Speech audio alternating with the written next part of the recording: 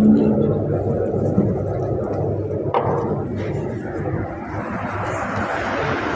بالله من الشيطان الرجيم.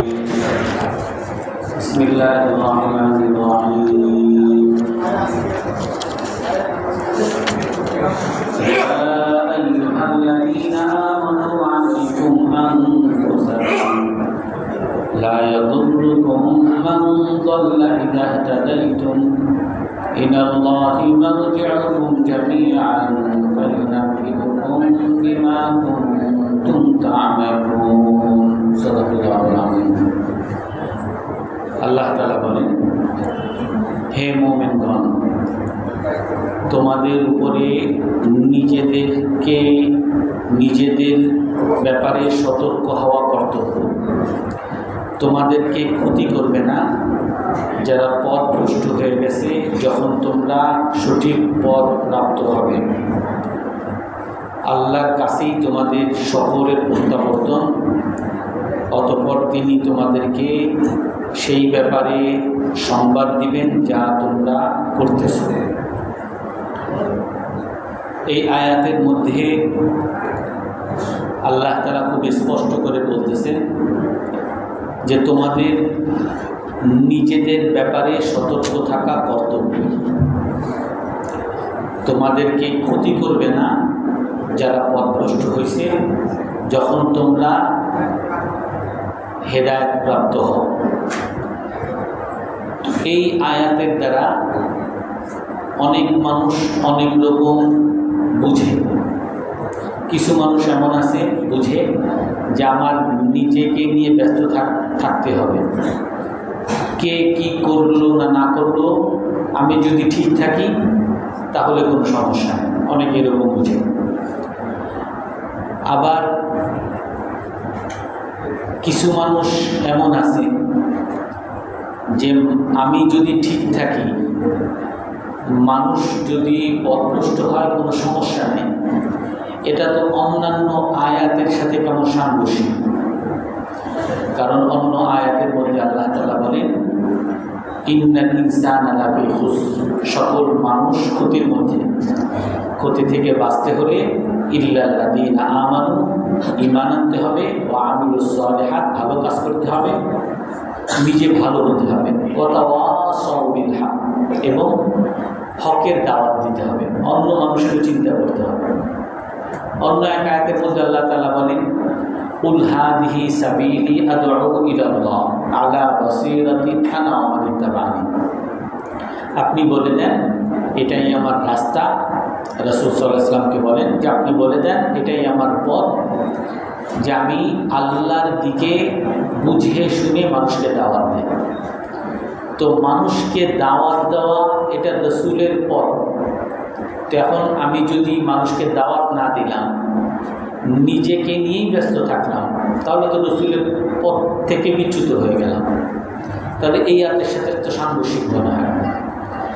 তো তখন হযরত আবু বকর রাদিয়াল্লাহু আনহু সাহাবাদেরকে নিয়ে জিজ্ঞাসা একবার বলতেছেন যে, হে সাহাবায়ে কেরাম, ইয়া আইয়ুহান নাস, এই সকল মানুষ, ইন্নাকুম তাকরাউনা হাযিল আয়াত, তোমরা এই আয়াত পাঠ করো, ইয়া আইয়ুহাল্লাযীনা আমানু আলাইকুম আনফুসাকুম, তোমাদেরকে হে মুমিনগণ, তোমরা নিজেদেরকে ব্যাপারে সতর্ক থাকো।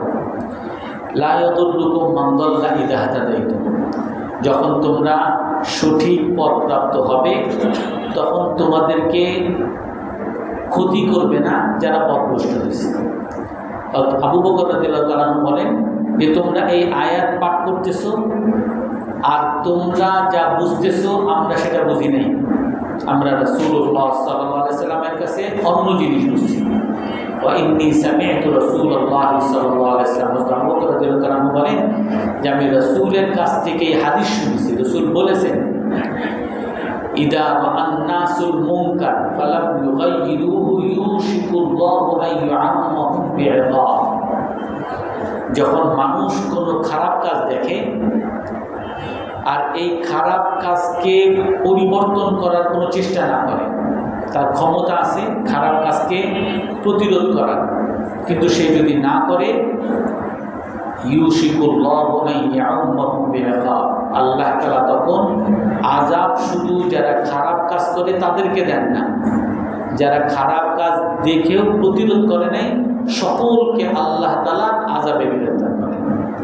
তো তার মানে হলো যে এই আয়াতের দ্বারা এইটা উদ্দেশ্য না যে তোমরা শুধু নিজেদেরকে নিয়েই ব্যস্ত থাকো, বরং নিজেদের ব্যাপারে তো সতর্ক থাকবেই, অন্যদেরকেও দাওয়াত দিতে হবে।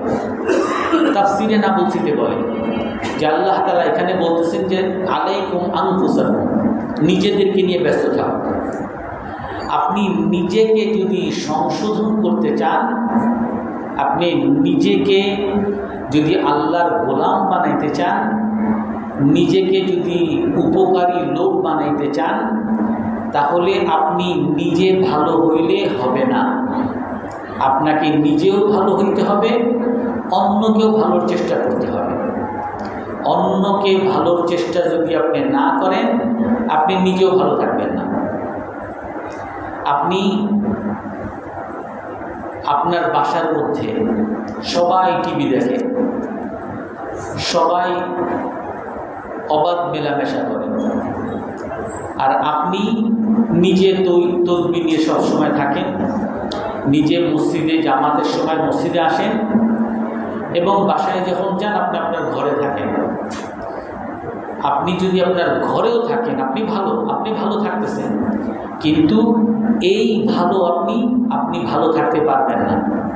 একদিন, 2 দিন, 3 দিন আপনি তাদের সাথে টিভি দেখতে বলবেন, তাদের সাথে অবাধ মেলামেশায় বলবেন, তাদের সাথে মাদকের আড্ডায় বলবেন। আপনার বন্ধু বান্ধব যদি সিগারেট খায়, আপনি যদি তাদেরকে কিছুই না বলেন যে তারা খায় খাক, আমি কিছু বলবো না, আর ওই বন্ধুর সাথে যদি আপনার উঠা বসা হতে থাকে, তো একটা সময় আপনি নিজেই তার মতো সিগারেট আসক্ত হয়ে যাবেন। তো এই জন্য আলাইকুম আনফুসাকুম, তুমি নিজের ব্যাপারে সতর্ক থাকো। নিজেকে আপনি যদি ভালো রাখতে চান, অবশ্যই অন্যকেও ভালো করতে হবে। আপনি যদি নিজে ভালো থাকতে চান, অবশ্যই অন্যকেও ভালো রাখতে হবে। আপনি নিজে মিথ্যা বলেন না, আপনি নিজে চুরি করেন না, আপনি নিজে ঘুষ খান না, আপনি নিজে ভালো মানুষ, আপনি নিজে প্রতারণা করেন না। কিন্তু যারা প্রতারণা করে, যারা চুরি করে, যারা দুর্নীতি করে, যারা ঘুষ খায়, এদের ব্যাপারে আপনার কোনো প্রতিরোধ নেই। যদি না থাকে, তাহলে আপনি কি নিজে মিথ্যা না বলে সত্যবাদী হয়ে আপনি কি ভালো থাকতে পারবেন? আপনার সাথে সবাই মিথ্যা বলবে, আপনার ঠকাবে। আপনি নিজে চুরি করেন না, কিন্তু আপনার জিনিস সবাই চুরি করে নিয়ে যাবে, আপনার ক্ষতি করতে থাকবে। আপনি নিজে মানুষকে ধোঁকা দেন না, কিন্তু সবাই আপনার সাথে ধোঁকা দিবে। আপনি নিজে মানুষের কোনো ক্ষতি না করলেও আপনি যদি এই খারাপ কাজ থেকে আপনি যেই ভালো আপনি হচ্ছেন, এরকম যদি অন্যকে ভালো করার চেষ্টা না করেন, আপনি ভালো থাকতে পারবেন না।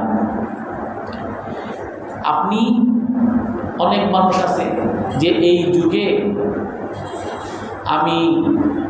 আমার সৎ থাকা কোনো উপায় নেই। কেন? কারণ আমি বিদ্যুৎ অফিসে গেলে ঘুষ দিতে হয়, কারেন্ট অফিস, পানির অফিসে গেলে ঘুষ দিতে হয়, থানায় গেলে ঘুষ দিতে হয়, সরকারি যে কোনো অফিসে গেলে ঘুষ দিতে হয়। তো ঘুষ নেওয়া যেমন গুনাহ, ঘুষ দেওয়াও যেমন গুনাহ, তা আমাকে তো ঘুষ দিতেই হয়। আপনি যে এই যে নিজেকে ভালো করতে চাচ্ছেন, ঘুষ থেকে বাঁচতে চাচ্ছেন, আপনি মিথ্যা থেকে বাঁচতে চাচ্ছেন, প্রতারণা থেকে বাঁচতে চাচ্ছেন, এই বাঁচতে চাওয়াটা কখনো কি আপনি নিজে ভালো হবে? কখন আপনি এই ঘুষ থেকে বাঁচতে পারবেন? সকলকে ঘুষের ব্যাপার আপনাকে বলতে হবে, সকলকে খারাপ কাজ সম্পর্কে আপনাকে বলতে হবে। এখন এই বলাটা কেন?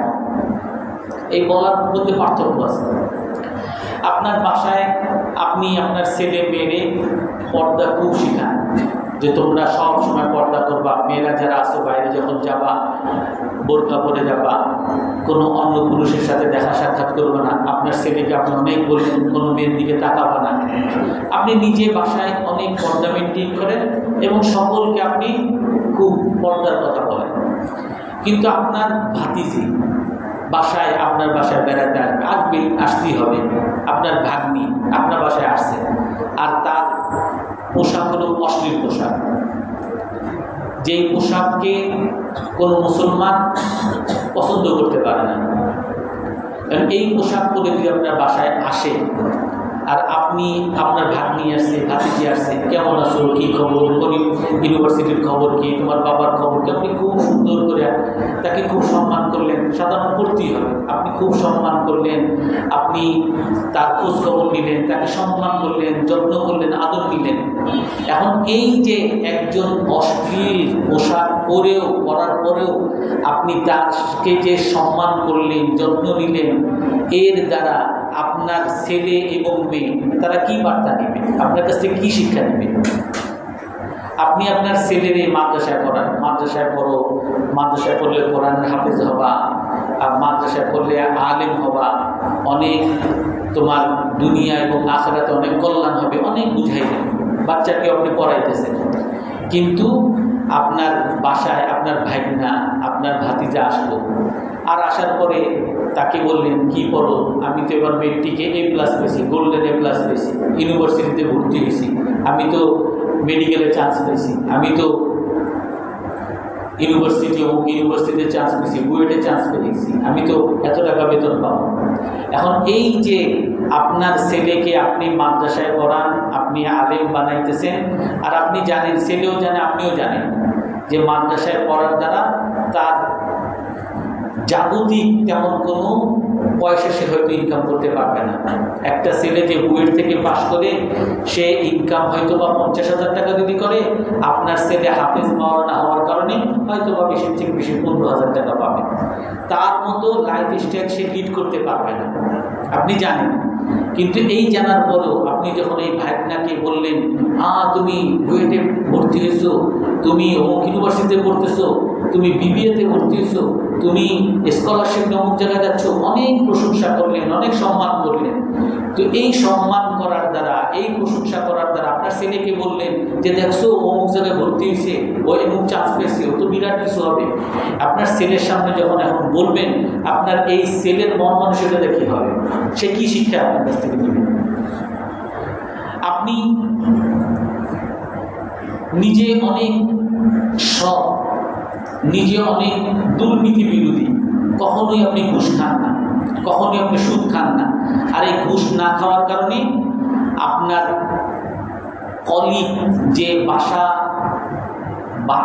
50,000 টাকা বাসা ভাড়া নিয়ে থাকে, আপনি আপনার স্ত্রী, পরিবার পরিজন নিয়ে 10,000 টাকা ভাড়া দিয়ে কোনো মতে 2 রুমের বাসায় থাকেন। আর আপনারই কলিগ, আপনার একসাথে চাকরি করে, কিন্তু সে ঘুষখোর, সে 50,000 টাকার বিরাট ফ্ল্যাটে একবার হাই-ফাই 5,000 স্কোয়ার ফিটের বাসায় সে থাকে। এখন আপনি আপনার পরিবার পরিজনকে নিয়ে যখন এই বন্ধু, যিনি 50,000 টাকার বাসায় থাকে, তার বাসায় যখন নিয়ে যাবেন, আর তার সাথে আপনি বলবেন, বন্ধু কেমন আছো, কী খবর, তার স্ত্রীর সাথে আপনার স্ত্রী দেখা করা দিবেন। তারপর আপনার স্ত্রী শুনবে যে উনি আর আপনি দুজনকে একই অফিসে চাকরি করেন, বরং উনি আপনার চেয়ে একটু প্রমোশনে কম, আপনার একটু নিচে চাকরি করে, আপনি একটু উপরের বস, আর সে এত হাইফাই, এত সুন্দর জীবন লাইফ স্টাইল লিড করতেছে, আর আমরা এরকম ফকির অবস্থায় আছি। এখন এই স্ত্রী, এই বাচ্চা, এই মেয়ে, এই ছেলে, এদেরকে নিয়ে যখন বাসায় আসবেন, এরা কি আপনাকে আগে যেমন সৎ বাবা, সফল বাবা, শ্রেষ্ঠ বাবা যেরকম দেখতো, এই আপনার এই কলিগকে দেখার পরে এখন আপনাকে কি সেরকম দেখবে? আপনাকে এরকম শ্রেষ্ঠ বাবা দেখবে না, বলবে যে আমার বাবা বোকা, বুঝে না, উনি হলেন চালাক, উনি বড়লোক হওয়ার উপায় বুঝছেন, আর আমার বাবা বোকা, বুঝে না। অর্থাৎ আমি যেটা বলতে চাচ্ছি সেটা হলো আলাইকুম আনফুসাকুম, আল্লাহ তাআলা বলেন যে তোমরা নিজেদের ব্যাপারে সতর্ক থাকো, নিজেদের ব্যাপারে সতর্ক। আমি যদি শুধু ভালো হইলাম, আমি কখনো নিজেকে ভালো রাখতে পারবো? আমি যদি ভালো হতে চাই, আমাকে অবশ্যই ভালোর জন্য কাজ করতে হবে। আপনি যদি দাওয়াতের কাজ না করেন, আপনি যদি দাওয়াত না দেন, আপনি যেমন নিজে মিথ্যা বলেন না, আপনি নিজে ঘুষ খান না, এই ঘুষের বিরুদ্ধে যদি আপনার স্ট্যান্ড আপনার অফিসে না থাকে, আপনার কলিগদের সামনে এই ঘুষ বিরোধী কথাবার্তা যদি না থাকে, এই পর্দা বিরোধী কথাবার্তা যদি আপনার, যারা অশ্লীলতা বিরোধী কথাবার্তা যদি আপনার ছেলে মেয়ে, আপনার ভাই বোন, আত্মীয় স্বজন তাদের সামনে যদি না থাকে, তাহলে ওই ভাতিজি আপনার বাসায় আসবে, একেবারে উনি বিরাট মডেল, আর আপনার ছেলে মেয়েরা হইল খেয়াল।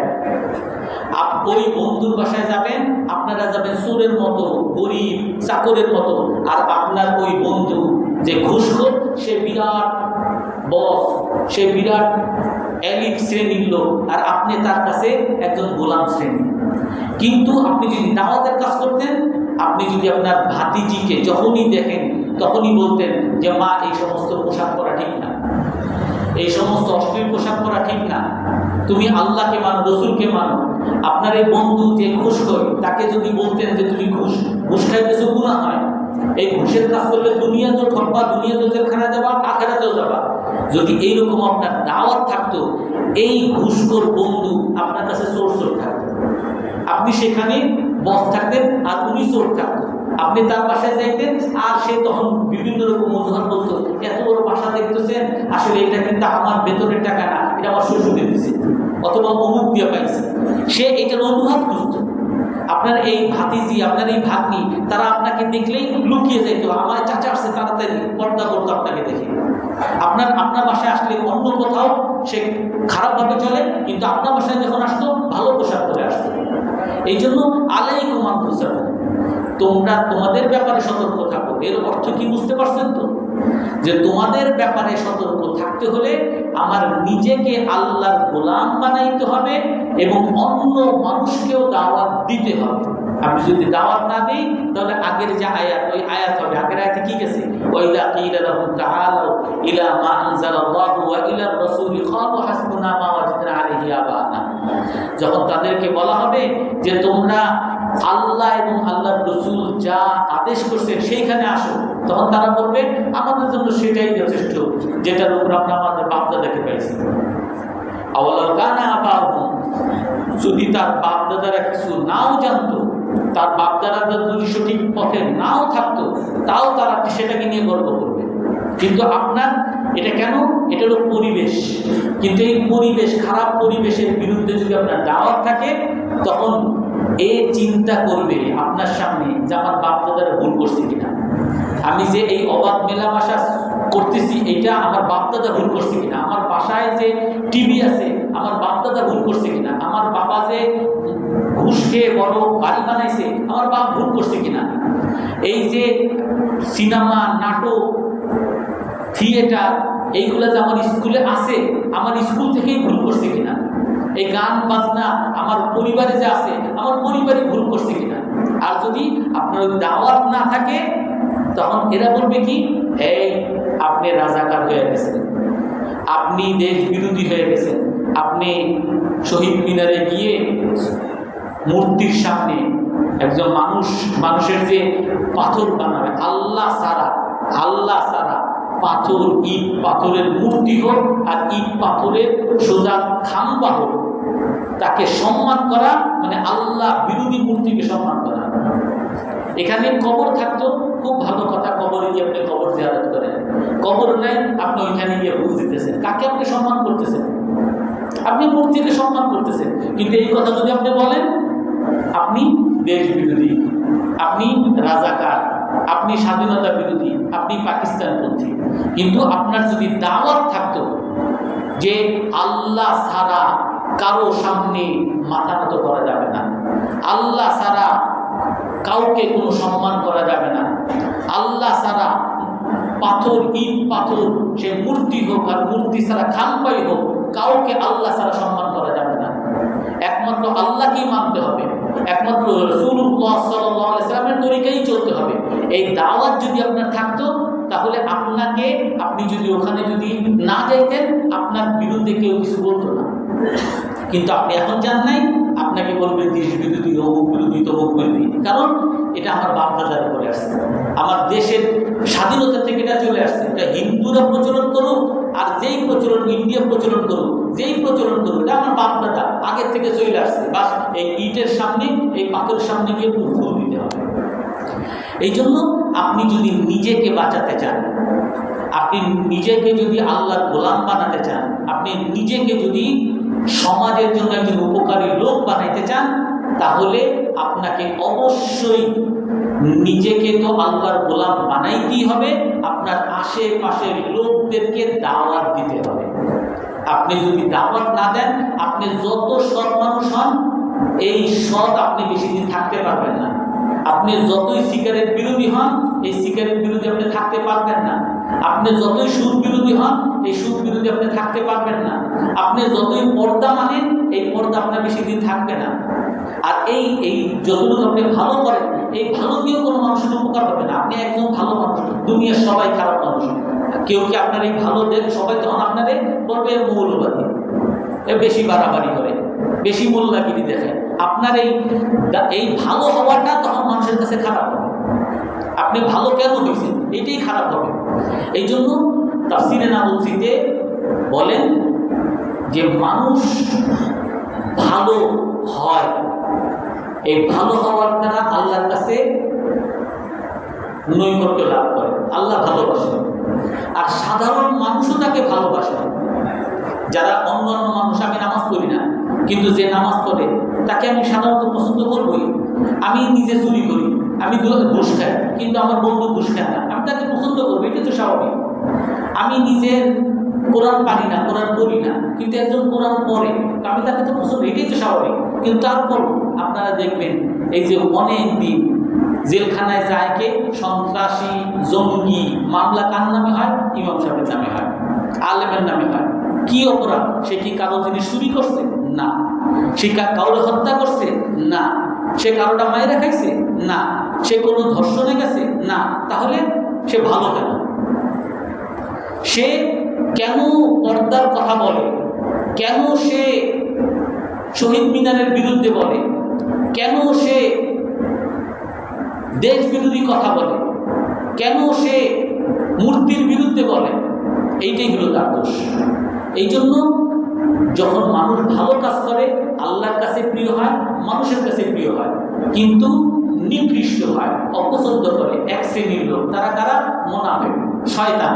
শয়তান তাকে পছন্দ করে না, শয়তানের অনুসারীরাও তাকে পছন্দ করবে না। কারণ আপনি যখন সত্য কথা বলবেন, সত্যবাদী হবেন, তখন আপনি এক দোকানে আপনি সত্যবাদী আর সবাই মিথ্যা বলে, তখন আপনার কারণে অন্যান্য কর্মচারীরা সব ক্ষতি হবে। যে উনি বেশি ভালো কিনি দেখায়, সবকিছু সত্য বলে, এই কারণে আমরা ধরা খাই। আপনি ভালো দেখে অন্যান্য ঘুষখোর এই সব আপনার কারণে ক্ষতিগ্রস্ত হবে, আপনারা অপছন্দ করবেন। এই জন্য আপনি ভালো হওয়াটাও দোষ হবে যদি আপনি অন্য মানুষকে ভালো করার চেষ্টা না করেন। আপনি যদি ভালো হইতে চান, একমাত্র তখনই এই ভালো হিসাবে গণ্য হবে যখন সাধারণ মানুষকে আপনি ভালো হওয়ার জন্য দাওয়াত দেবেন। এরপরে আরো অনেক কথাবার্তা আছে, ইনশাআল্লাহ আমরা পরবর্তী আলোচনা করব। আল্লাহ তাআলা আমাদের সকলকে আমল করার তৌফিক দান করেন।